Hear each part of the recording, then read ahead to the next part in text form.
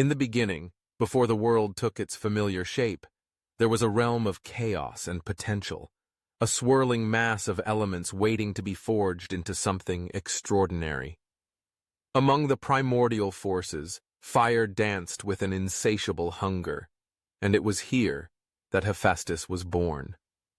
The son of Hera and Zeus, he emerged into the world not as a radiant figure of beauty, but as a being marked by the scars of adversity.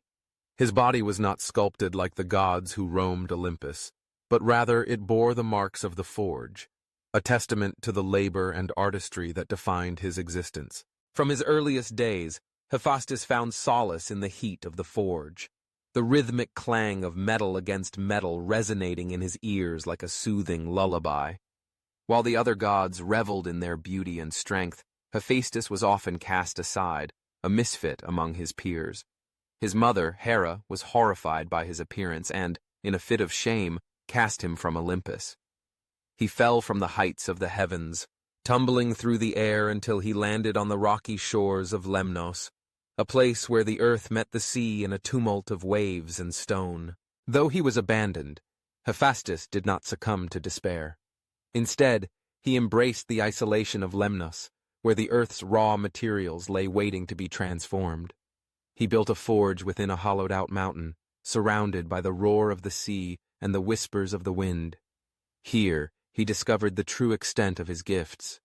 With every strike of his hammer, he poured his heart and soul into the creation of magnificent works.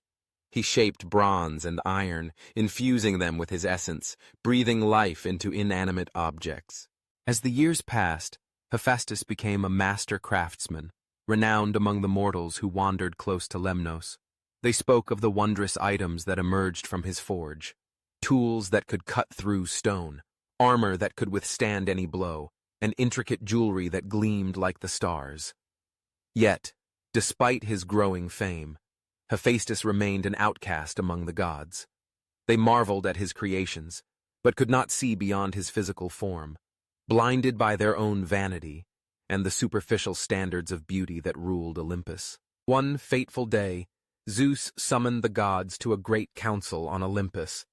The air crackled with anticipation as they gathered, their laughter echoing through the halls. But amidst the revelry, a dark cloud loomed. The Titans, long imprisoned, were stirring once more, threatening to break free from their chains. The gods knew they needed weapons of unparalleled power to defend themselves, and their thoughts turned to Hephaestus, the only one capable of crafting such legendary arms. Zeus, with his booming voice, called forth Hephaestus. The other gods fell silent, their eyes wide with a mix of curiosity and disdain. Hephaestus approached, his heart pounding in his chest. He felt the weight of their gazes, a reminder of his status as an outsider. Yet, he stood tall, determined to prove himself. "I will forge for you the mightiest weapons," he declared, his voice steady despite the tremor of uncertainty within. The gods, intrigued yet skeptical, watched as Hephaestus returned to his forge. The flames roared higher, and the air thickened with the scent of molten metal. With each strike of his hammer he poured his essence into the work, channeling his emotions into the creation of weapons that would become legends. He crafted Zeus's thunderbolt, a weapon of unparalleled power, crackling with the fury of storms. He shaped the shield of Achilles, a masterpiece adorned with scenes of both beauty and horror, reflecting the duality of life itself. As the thunderbolt took form, Hephaestus infused it with the essence of the sky, binding the very storms within its metallic embrace. The shield, too, was a labor of love, each panel telling a story of valor, beauty, and tragedy. He worked tirelessly, day and night, fueled by the desire to be recognized not just for his skill, but for his worth as a god. The forge became an extension of his soul, a place where he could express the depth of his being. When the weapons were finally complete, Hephaestus presented them to the gods. The thunderbolt glimmered with an otherworldly light, and the shield radiated a beauty that captivated all who beheld it. For the first time, the gods looked beyond his appearance and saw the brilliance of his craftsmanship. They marveled at the artistry, the intricate details, and the raw power that emanated from each piece. But even as the gods celebrated his creations, Hephaestus felt a pang of loneliness. He longed for acceptance, for the camaraderie that seemed to elude him.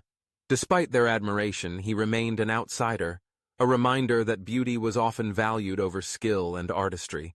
The gods praised him, yet their words felt hollow, echoing in the vast emptiness of his heart.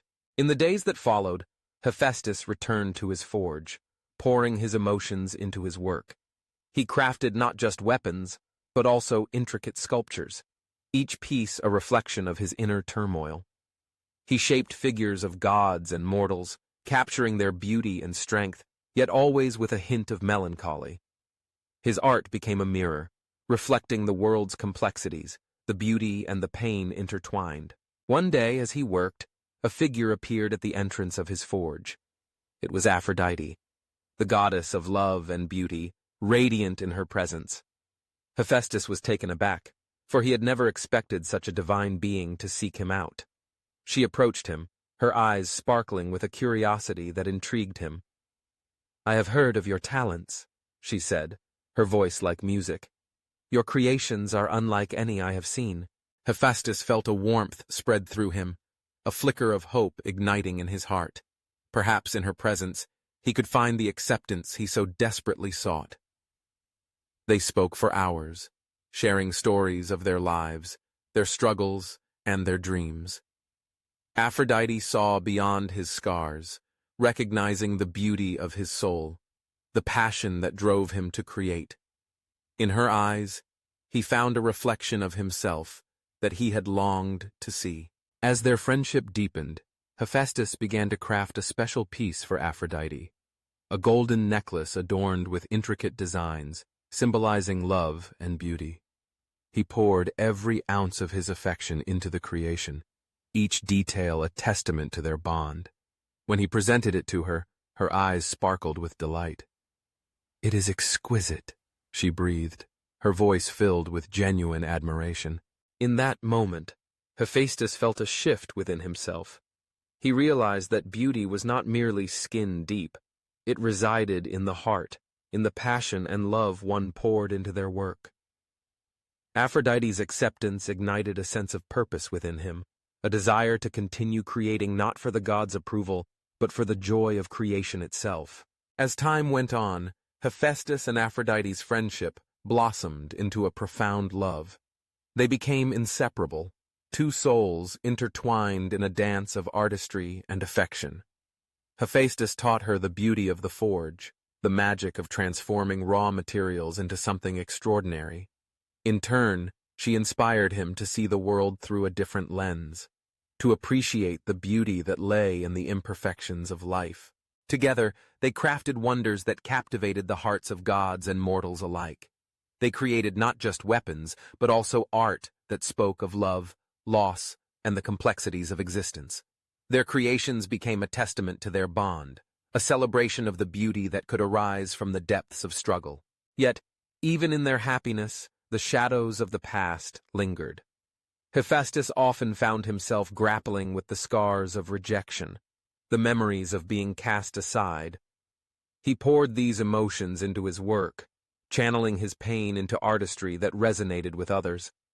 The forge became a sanctuary, a place where he could confront his demons and emerge stronger. One day, as the winds howled outside, a messenger from Olympus arrived at the forge.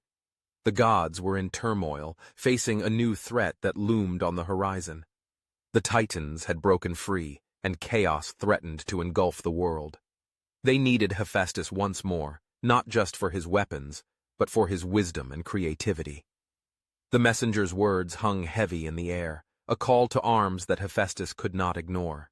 With Aphrodite by his side, Hephaestus returned to Olympus, a place that had once felt foreign and unwelcoming. The gods gathered, their faces etched with worry.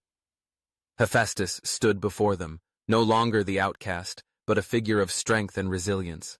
He spoke of the need for unity, for creativity to triumph over chaos. "We must forge not just weapons but alliances," he urged, his voice steady and resolute. Together the gods worked alongside Hephaestus, crafting weapons imbued with the essence of their strengths. They forged not just for battle but for hope, creating shields that would protect the innocent and weapons that would defend justice. The forge became a hub of creativity, where the gods found inspiration in Hephaestus's artistry, recognizing the power of collaboration.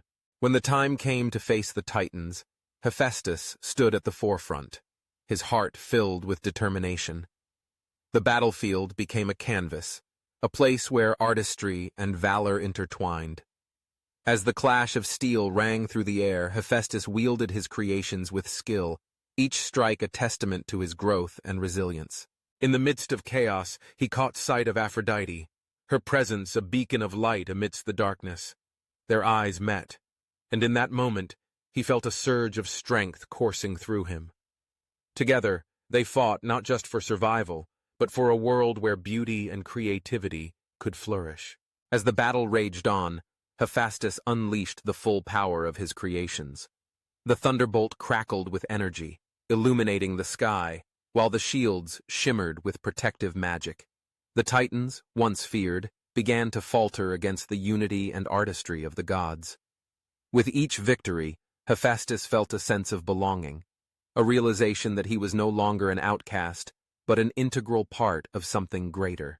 In the aftermath of the battle, as the dust settled and the sun began to rise, the gods gathered to celebrate their victory. They praised Hephaestus not just for his craftsmanship, but for his leadership, his unwavering spirit that had brought them together. In that moment, he felt a warmth spread through him, a sense of acceptance that had long eluded him. Yet, amidst the celebration, Hephaestus remained humble. He knew that true beauty lay not just in the accolades, but in the connections forged through creativity and love. He embraced his role as a craftsman, not just of weapons, but of dreams, of stories that would echo through the ages. As time passed, Hephaestus continued to create, pouring his heart into every piece he crafted. He became a symbol of resilience, a reminder that beauty could emerge from the ashes of adversity. The gods came to recognize the depth of his artistry, understanding that it was not just his skill that mattered, but the soul he poured into his creations. In the years that followed, Hephaestus and Aphrodite's love flourished. They became a force of inspiration, their bond a testament to the beauty of acceptance and understanding. Together, they explored the world, seeking new materials and ideas to fuel their creativity. They traveled to distant lands, gathering stories and experiences that would shape their artistry. Hephaestus found joy in teaching others, sharing his knowledge with aspiring craftsmen and artists. He opened his forge to those who sought to learn, creating a community that celebrated creativity in all its forms. The forge became a sanctuary for those who felt like outsiders, a place where they could find acceptance and encouragement. Through it all, Hephaestus remained true to himself, embracing his identity as the god of fire and craftsmanship. He understood that beauty was not defined by appearances, but by the passion and love one poured into their work. In a world that often overlooked him, he had carved out a space where artistry thrived, where creativity could flourish unencumbered by the constraints of superficiality. As the seasons changed and the years flowed like a river, Hephaestus's legacy grew. His creations became legendary, passed down through generations as symbols of strength and artistry. The gods no longer saw him as an outcast, but as a vital part of their pantheon, a reminder that even in the shadows, brilliance could emerge.